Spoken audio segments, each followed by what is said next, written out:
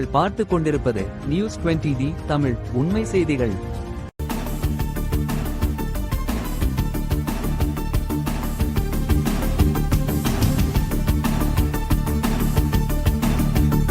வணக்கம். நீங்கள் பார்த்து கொண்டிருப்பது நியூஸ் 20D உண்மை செய்திகள்.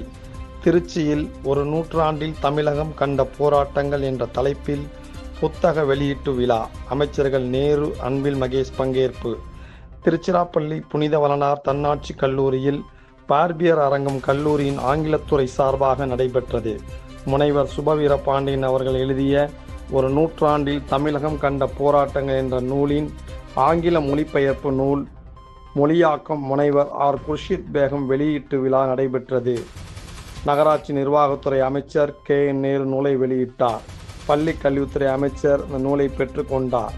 நிகழ்வில் ஏற்புரை முனைவர் சுபவீர பாண்டியன், தலைவர் சமூக நீதி கண்காணிப்பு குழு.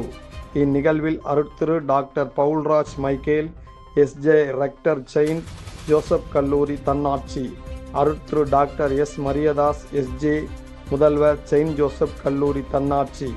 புத்தக மதிப்புரை அருட்திரு doctor M Arokiasamy Xavier, SJ செயலாளர், செயின்ட் ஜோசப் கல்லூரி தன்னாட்சி. திருச்சிராப்பள்ளி மற்றும் திருச்சி மாநகராட்சி மேயர் மு அன்பழகன், திருச்சிராப்பள்ளி மாநகராட்சி சேர்மன் மு மதிவாணன், கல்லூரி பேராசிரியர்கள், மாணவர்கள் கலந்து கொண்டு சிறப்பித்தனர்.